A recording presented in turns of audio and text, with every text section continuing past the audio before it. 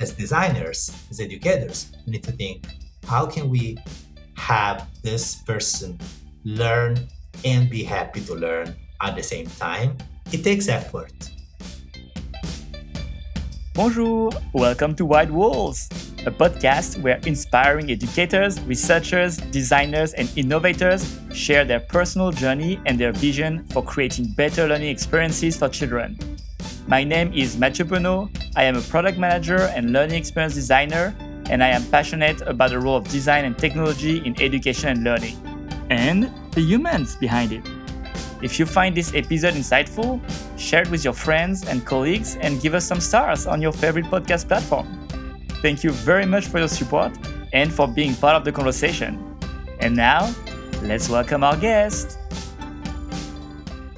Today, I have the pleasure of introducing Carmelo Presicce, a fantastic educator and researcher who is currently pursuing his PhD at the MIT Media Lab. And Carmelo's work focuses on the design and facilitation of creative learning experiences for children and educators in person and online.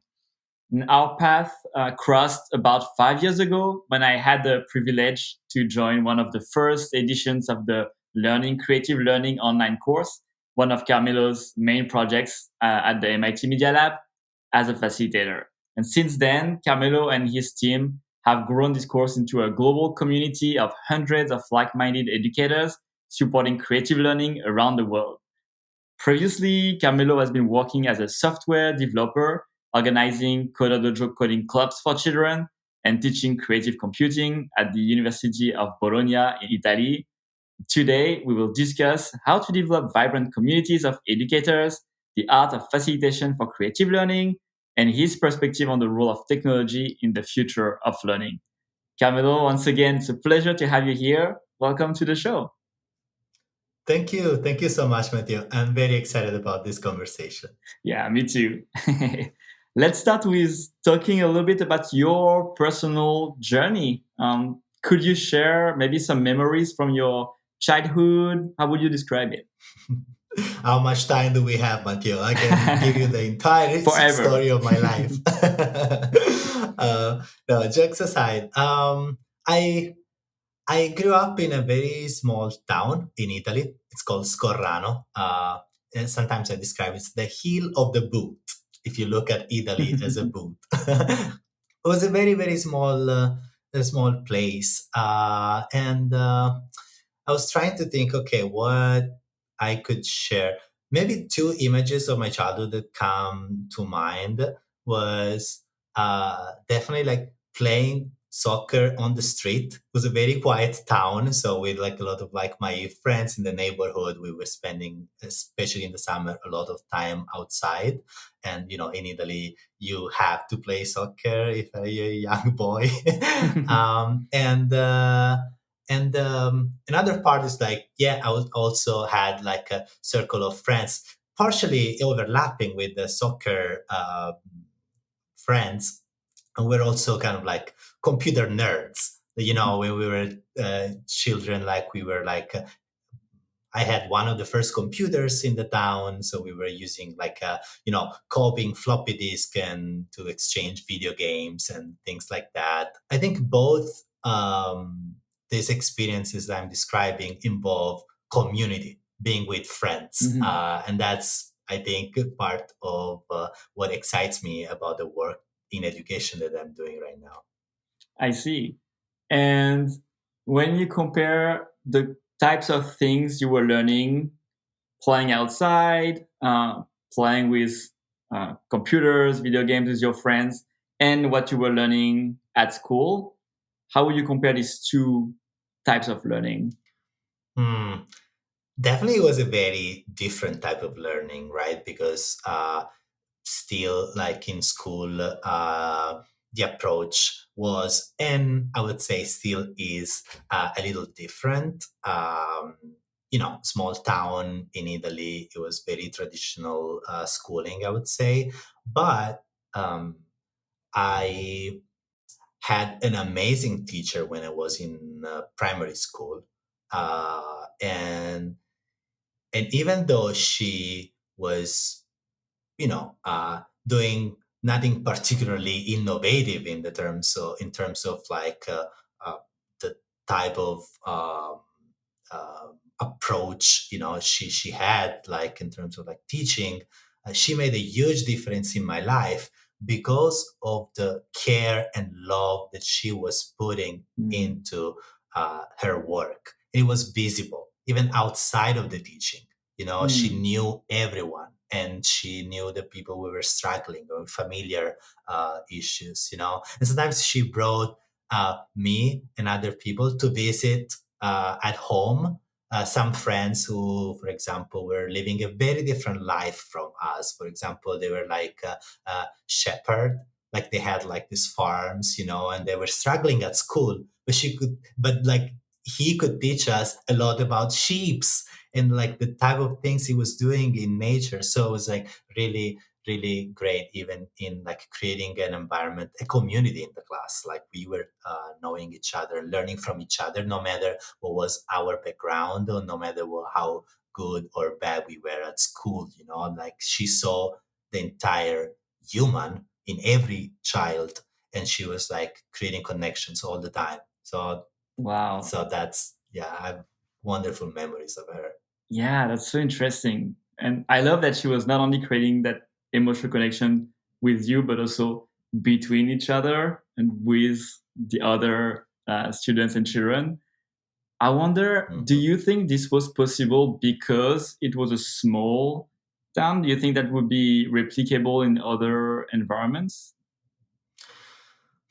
I I don't know. Like I think the forms in which this type of care and love manifest can be very different. Like if you're in a small town, like you can just like go with your car and pick up two kids and bring them to the farm where this other kid lives, right? Like maybe in a city it's like harder, it's different. The cultural environment in a small town is in Italy is different from a big city. I don't know, in the U.S. or like a village in Brazil. I don't know, but I think what matters is that this person really cared, and she saw Mm. her role beyond teaching the curriculum. What I admire is that she was both kind of like uh, very kind in her nature, but also very firm, right? This is one of the balances as an educator you experience every day.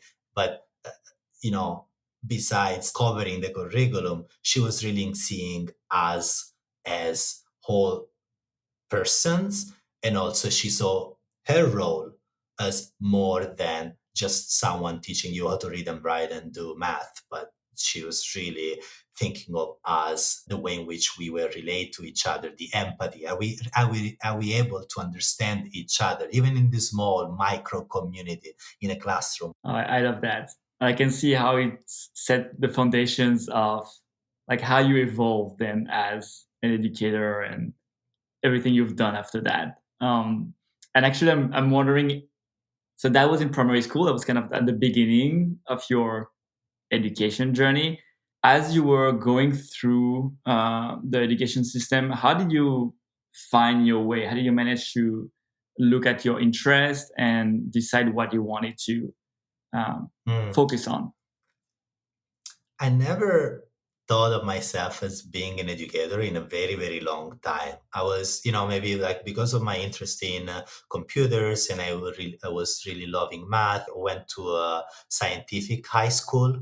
So we're doing like most of like mainly math and physics and sciences. But also I think I'm very glad because that kind of like, it's called Liceo Scientifico in Italian. It also gave us like we were studying like history of art. Like there was also, I think it was a pretty complete kind of like all round Mm. formation for being in high school. And then I was like, okay, I was undecided what I wanted to do. There were many things, like I was like, astronomy is something that I still passionate about, like psychology and other things that were also interesting to me. But then I decided to pursue like the things that seemed the more obvious for me. Just I did electronic engineering because of my whole like passion for computers and hardware and software and stuff. And then I continued with like software engineering in my master's, and then I started working as a software engineer. And I was very happy. I was like developing software. I was like enjoying my work uh, until I came across Scratch, this programming language for kids that was used. The first time I experienced it, it was in a Coder Dojo. It's like a free coding club for children that are around the world. And that kind of like, I had this very interesting exchange with a little kid, Oliver, who was like showing me how Scratch works as a 6 year old, teaching me, like I was 30, how to program with Scratch. And he was so excited. And he was saying, this is very easy. It's very easy. You can do everything. I was like, wow, I want to support this type of joy. I want to support this type of learning. And that's, started the process that got me starting a club, learning more about the learning design, and ultimately led me to the Media Lab, working with the same people who developed that programming language that made my Scratch teacher, young teacher, so excited. Awesome. Actually, going back to your first encounter with Scratch, how long ago was that? It was exactly 10 years ago, a little more. Mm. It was February 2013. I still remember like when I went to the first Coder Dojo as a observer slash mentor for the first time. It was in Milan. And then in May, like after a few months, I organized the first Coder Dojo in Bologna, which is the city I've been studying and living after high school. And Mhm. beyond that interaction with that child that obviously highlighted the value of Scratch and how it gives that sort of agency to children and freedom to explore their own interests and build in an open-ended environment. What are some things from a software developer lens, which is what you were at the time? What did you see in Mm. Scratch? Yeah, actually, went to that session with a lot of curiosity because I was already, as a software developer, like at that time, I was already working as a freelancer. After working in startups and bigger companies, I decided that I wanted more freedom. And I was teaching adults and even like doing like consultancy in companies for people to learn Android development. I was like specialized in mobile development. Mm. Uh, and I found it like it was fun for me, especially to that feeling of enabling others. They wanted to know. They wanted to know. Like everyone had an idea for an app, especially at those times. So everyone was like really like wanting to learn how to make it. And also, most of the people that I worked with had zero experience with coding, so they had to learn a lot of things in a short time to be able to make an app. They've never seen a programming language. They've never seen like a SDK, like the set of functions that allow you to program a phone. Uh, there's a lot that they had to take in, but like my approach was very intuitive, right? Like, let's get our hands dirty with code. I can show you an example. You modify it. You try it your own. If you're interested, I don't know, like in planets, you make a list of planets, like on your phone. If you're interested in food, the list is about food. I don't care as long as you make a list, because today we're learning lists, right? Or things like that. And seeing people like really lighting up in learning this new skill and imagining all the possibilities was already something that I had experienced before Scratch. When I saw Scratch, I said, "Oh my God, the floor is so low that even kids can have that experience with coding." And again, it also struck me because, most of the people that we've been working with were mostly learning as a because they wanted to do as a profession, right? Like as a job. But these kids were just genuinely excited about playing with code and like making something, creating something. Uh, and that kind of got me to understand what was the essence of what made me happy to help, right? Was that joy rather than, or in addition to, of course, if people get a nice job, it's perfect. But even without that, I saw the joy of kids creating, um, and that really got me excited. Nice. I love this. And when you talked about low floor, it reminded me of the this concept that Mitch Resnick talked about. So Mitch Resnick was leading the lifelong kindergarten group at the MIT Media Lab about low floor, high ceiling, and wide walls. Could you expand a little bit about that idea of wide walls?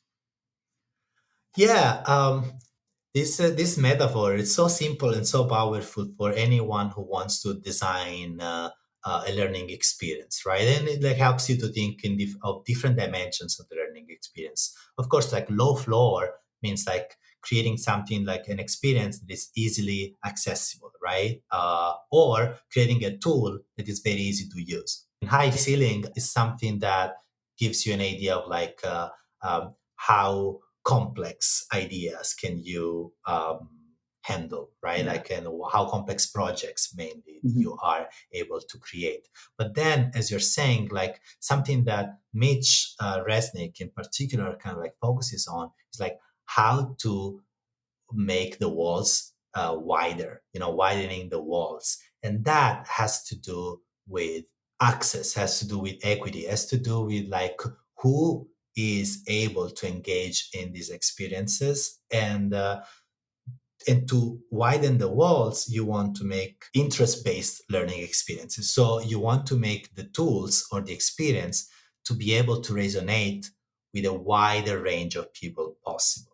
A simple example is um, boys and girls from coding club, like who shows up, right? Like how do you make the invitation, appealing also to little girls who are curious about it? Or how can you make sure that the environment has a balanced number of people that it really feels that it's like a space for everyone? And how can you make sure that the example project that you're showing are not speaking only to a certain type of interest, and in Scratch, like how can we make sure that the characters, the sprites, can connect with a variety of interests? It's not only the soccer ball because I liked soccer or space, but really Mm, thinking beyond um, the stereotypes and really trying to make something that is appealing and interesting and resonates with a vast, number and of diverse people. fantastic. It's almost making the walls big enough so you can have build enough doors for people to come from Yeah, I love that. different point of view. Yes, yes. Awesome. I'd love to now move towards your role at the MIT Media Labs. Maybe first explain a little bit of why and how you joined the MIT Media Lab, and then we'll talk more about one of your main projects there, which is the Learning Creative Learning course. Yeah. I guess the way I landed to the media lab, it's a little unusual because, well, actually, through Scratch, I learned about who was making Scratch, and I learned a little more about the MIT Lifelong Kindergarten Group. And I started to go to conferences and meet the people who were making it just for fun because I wanted to learn more about the educational approach that they were using and they were promoting. And so in that way, I started to follow to follow the work of Mitch Resnick and the students here. And Well, long story short, I was very lucky because at some point, Mitch Resnick and Natalie Rask were visiting Italy, and I took that as an occasion to invite them in our Coder Dojo club and have like the kids to meet the creators of Scratch and, invited other mentors of Coder Dojo. So from all over Italy and have a little celebration of Scratch and the group behind Scratch. And then after that meeting, for some incredible reasons, I got a message from Mitch, who said that he was very impressed by the work that I was doing there and the approach and the relationship he saw, in the space. And he say, I would love to collaborate. And why don't you come to the Media Lab? We have this like master's program. And I couldn't believe that was happening, right? Like, I don't know, like to me, it was like, I don't know, the celebrity, like the world celebrity inviting you on stage, say, hey, why don't we play a song together? It's like, what does that make? Yeah, I couldn't believe it. But anyway, it was a little challenging for me to leave all the things that I was doing in Italy. But I think, more than anything, I didn't want to miss the opportunity to learn from people like Mitch and Natalie. And even if, again, maybe, I don't know, like some people might think, well, this is rhetoric, like, but even if they were not at MIT, because of course MIT is a huge attractor, like I would never think in my whole life that I could even visit MIT, right? And then all of a sudden you're invited to be a student here, like when in my 30s, I was 32, like no interest in academia, or I thought that train was already gone, right? And instead, like this thing happened to me. I was like, wow. And it happened for something I was doing as a volunteer, as a Mm. side thing, just because I had fun with children, right? So yeah, so I said, okay, I want to come and learn from you, and I joined the group, yeah, in 2015. Wow, such an amazing story. Kind of highlights like good things happen to good people, right? He's doing like good job with passion, and out of uh, passion, out of joy and sharing the joy yeah, and I feel very, very privileged Mhm. and lucky. I think there's more good people than good things that happen to them, unfortunately. And Unfortunately, there's a that's true. lot of people who are doing amazing job and they don't get, like to certain places, Mhm. even though they would deserve it. So I'm one of the lucky ones. Yeah. Yeah, and I think that's also why you're trying to give back through the learning, creative learning, and trying to highlight and support all those educators around the world. Yeah, definitely. That's actually a good segue, yeah, to talk Yeah, about it's a perfect it. segue. Yeah, I'd love to learn more about the origins of this project. How did it begin? Yeah, so Learning Creative Learning is a online course and community which started way before I joined the group. Actually, I was a participant in the first, maybe in the second edition of Learning Creative Learning in 2012, where um, when the group experimented for the first time, like creating an online course. 2012 is known in the MOOC history as being the year in which everybody got crazy about MOOCs, right? And there was this huge promise of like MOOC, again, like it's like massive open online course, right? Like the first Mhm, courses that were taught online. And the promise was enormous. Like, can you imagine, like everyone could learn from any top institution in the world for free from their house, like from their home, like completely free. So but like the group wasn't really happy to see the way in which these experiences were designed. They were following a very traditional transmission based approach. There were videos and quiz, right? mhm, And they were like, I think, like maybe there are ways to make this a little more in line with our educational approach, which is more hands-on, project-based, community-based, right? So they started experimenting, and the first year they were trying to do um, uh, basically to bring cameras in the in-person learning creative learning class that Mitch and others were teaching at MIT.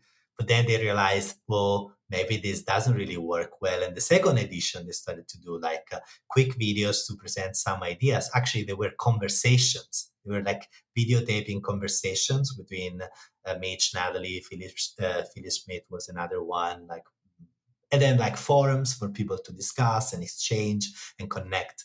And during this experience, I met other people from Italy who were taking the class. And I was like, oh my God, it's so amazing that there are also other people from Italy.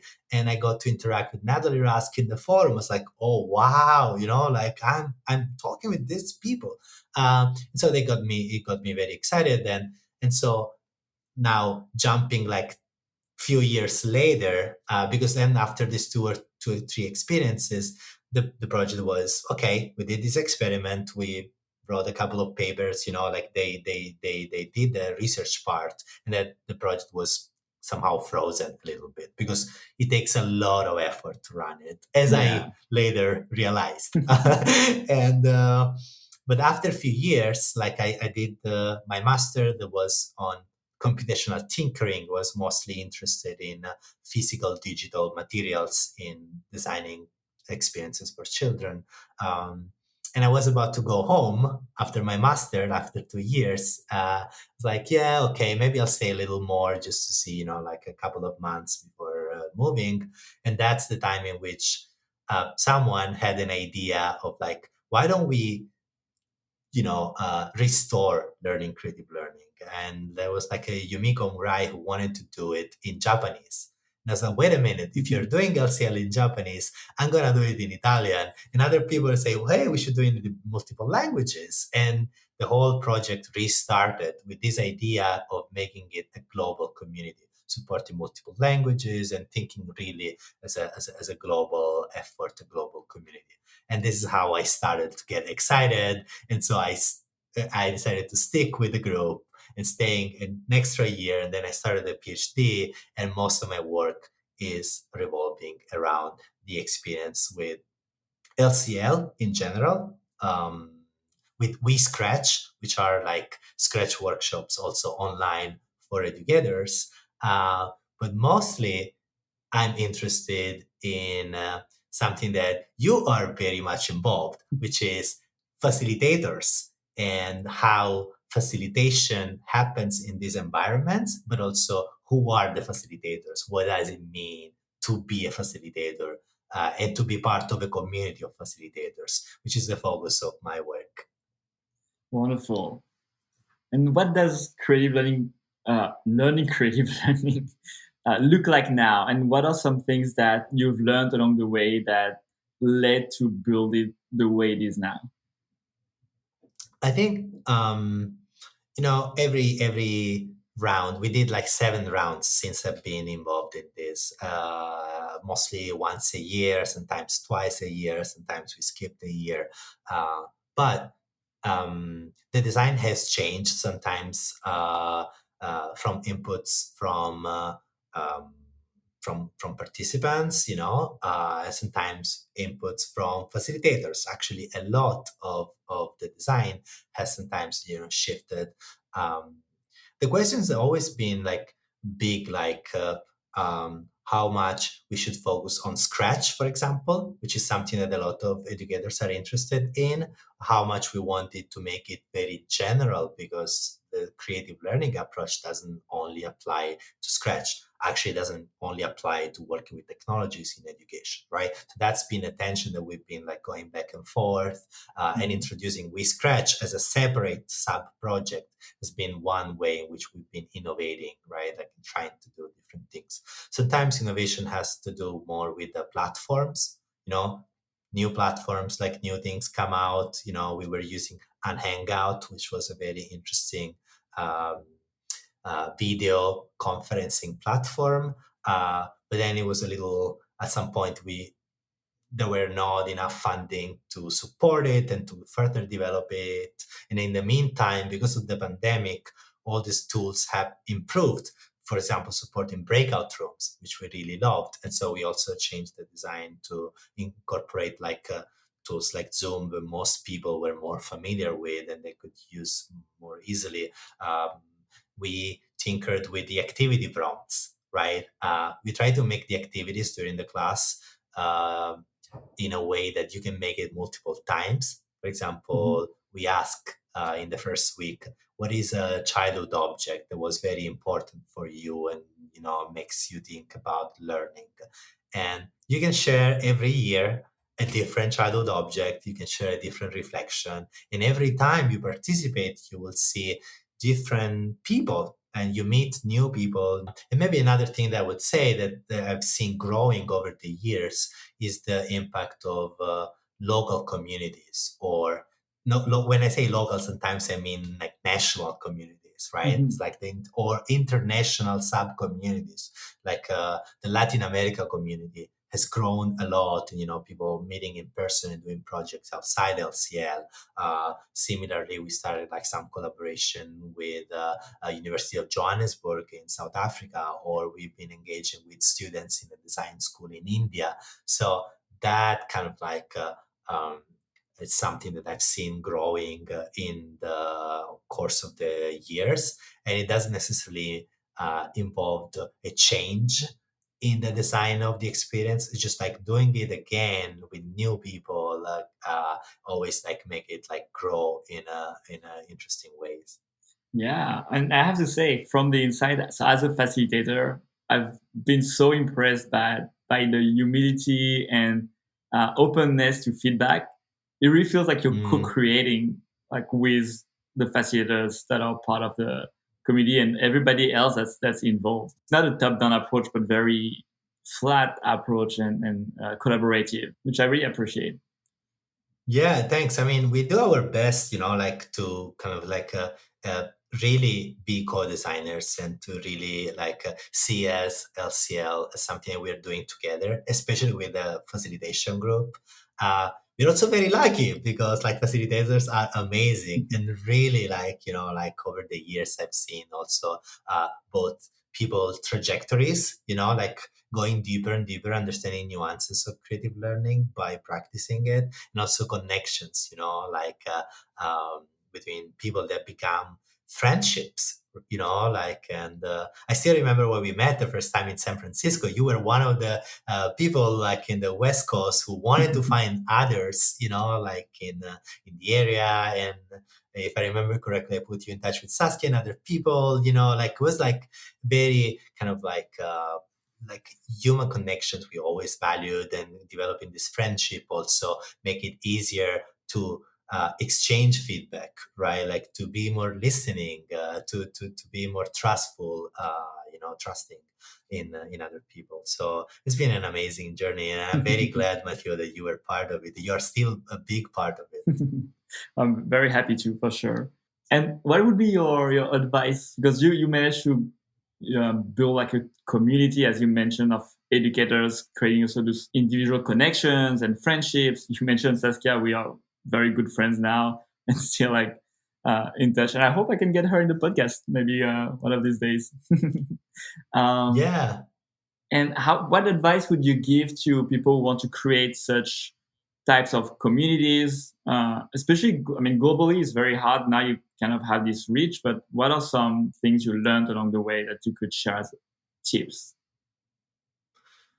Yeah, I don't know. Like one, it's interesting because it's hard for me to give like some specific tips, right? Because like it is highly contextual. What does it make more sense to do in this specific context with these specific people, right? Like, but Mm. something that I really see as more general aspects that I've seen in my own experience, even like like creating communities of facilitators in Coder Dojo, it is like creating, like, first of all, having a good reason to be together, right? Like creating experiences for children is highly motivating, right? Or facilitating an online global community as we're doing in LCL, it's like highly motivated. It's a huge purpose that we all share and we all care about. So we have a good reason to be together.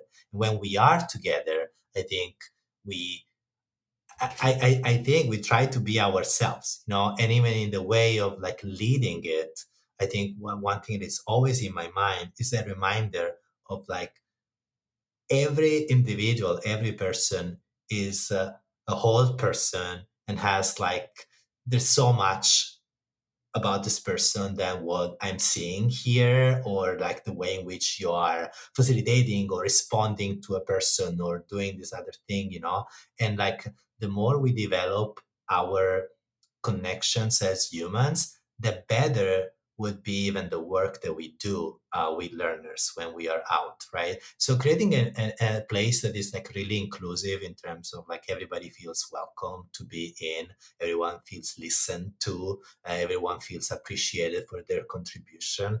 I think it's crucial. And that is not only for community facilitators, like in any relationships, if you get this approach of like being humble and listening and knowing that you can learn something from this other person and knowing that there is much more to this person than what you're seeing right here, and really trying to also create the conditions for this person to flourish and to give the best, of themselves, and recognizing that people might be busy, they have a whole life outside, right? This is specifically true when you're working with volunteers, but even with colleagues who are like doing their job, it is always like a recognition that like people feel should feel free to contribute as much or as little as they can anytime. So really creating an environment where people can feel free to be themselves, not judged, and appreciated for who they really are. Really, I've seen bringing the best out of people in my small experience. Thank you for sharing that. I'd love to go back to the concept of creative learning because we have been talking a lot about it. Mm. I would love to hear what would be your definition of creative learning. Wow. It's a tough I don't question. think I'm gonna I'm not gonna venture in the business of defining things, but actually this is an easy one. Uh, Okay. I was saying that maybe what does it mean to you? So it could be also an yeah, angle for yeah, answering that. yeah.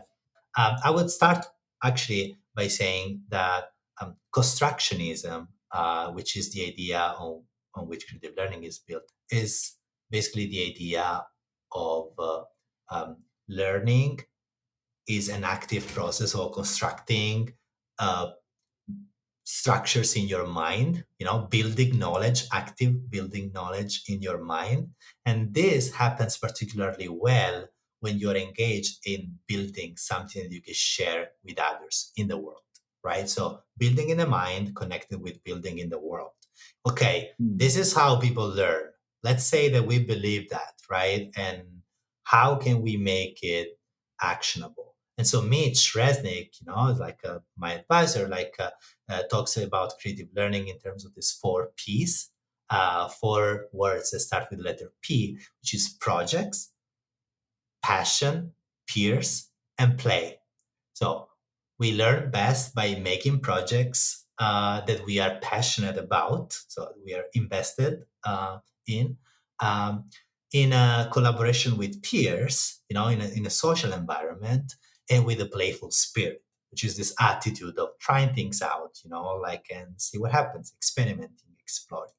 So if this is somehow like a definition of the main design principles, or like that guide the the design of a creative learning experience of technology, there is so much more that you can dive into each of these P's, Hmm. and try to understand what does this really means. The best way for people to learn what creative learning is to immerse themselves into something that, in my interpretation, is a good creative learning experience. And everyone will get whatever they get from the experience, and propose it in a different way. That's also something we need to accept, right?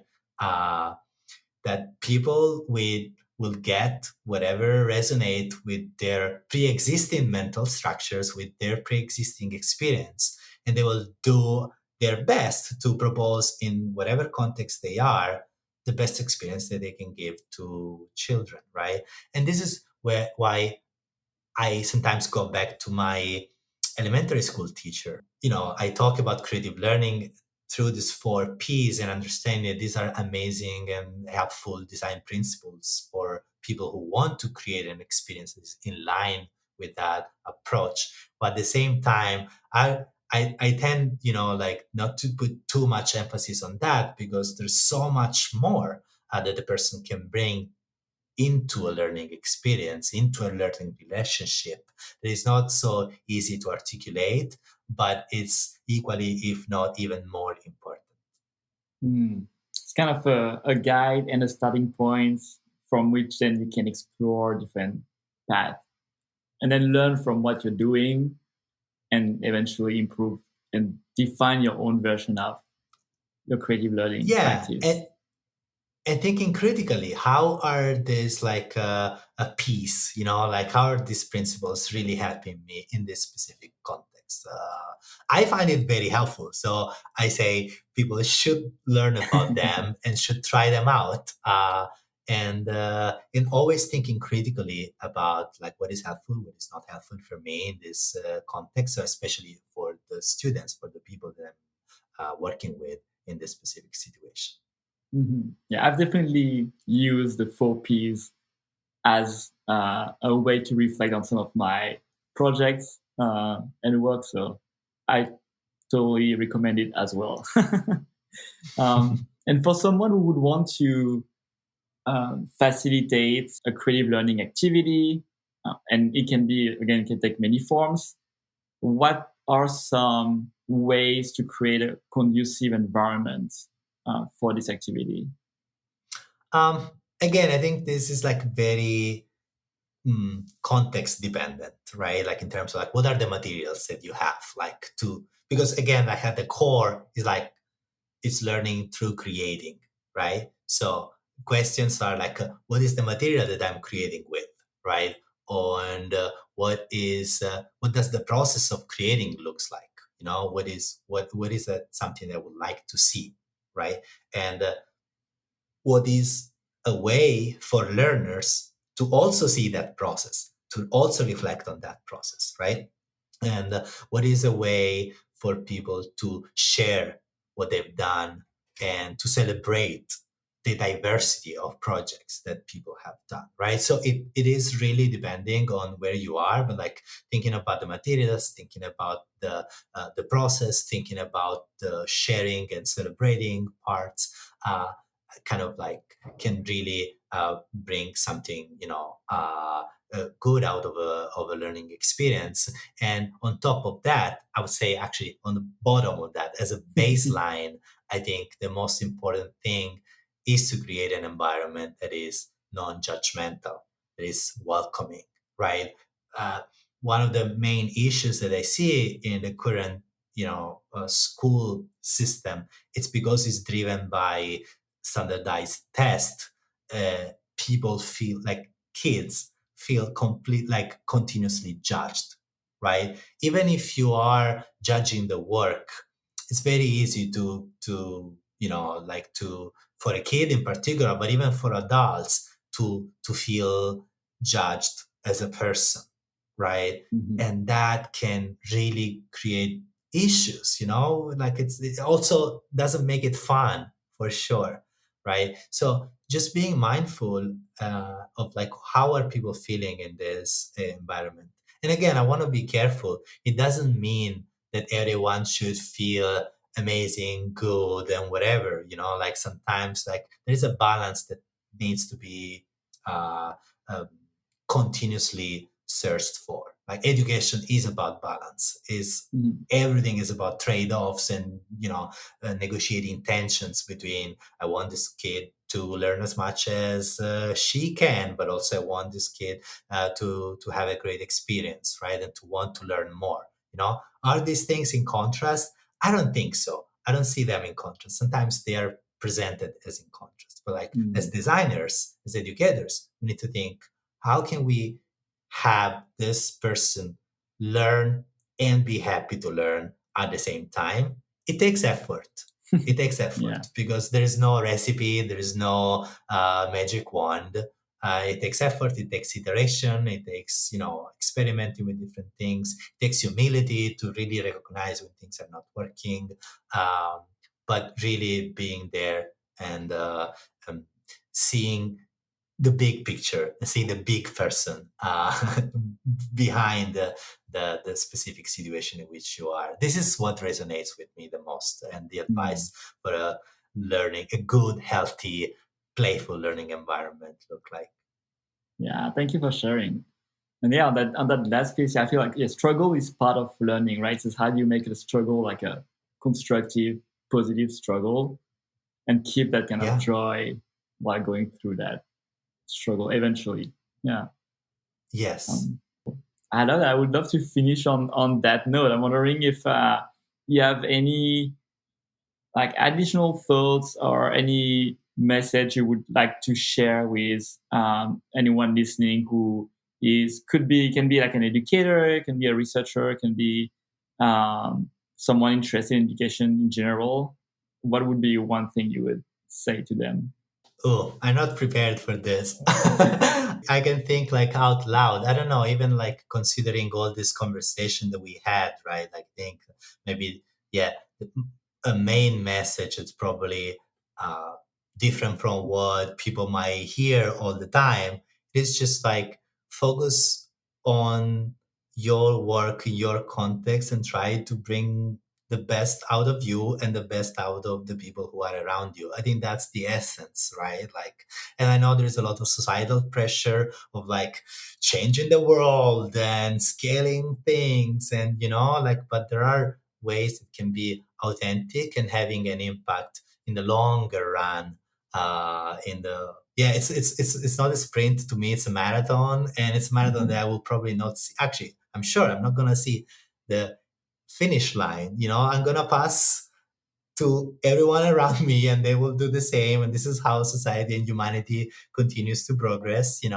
We just need to do our part of the run. So yeah, I hope everyone has kind of like this kind of like recognizing what they can do and doing like everything they can. Just be good people and Awesome. things Thank will you. work. Yeah. Thank you, Camilo. Thank you, And if Martin. anyone wants to follow your work or learn more about you, what you're working Oh, on. I'm so bad with social media. Uh, well, I think like the easiest way is to reach me by email. I'm old fashioned, or LinkedIn. It's another place where people can easily find me. And then like I'm always happy to engage in one-on-one conversations, answering questions. Who knows? Like meeting new, interesting people. Awesome. And I encourage everyone to also look at the Learning Creative Learning course and sign up if they have Absolutely. not. That's actually the best way. We still don't know when it's going to be the next version, but if you go on lcl.media.mit.edu, you can leave your email there. When we start a new round, Matteo and I will contact you and we'll engage in another wonderful learning experience together. Sounds great. Thank you, Camilo. Thank you so much.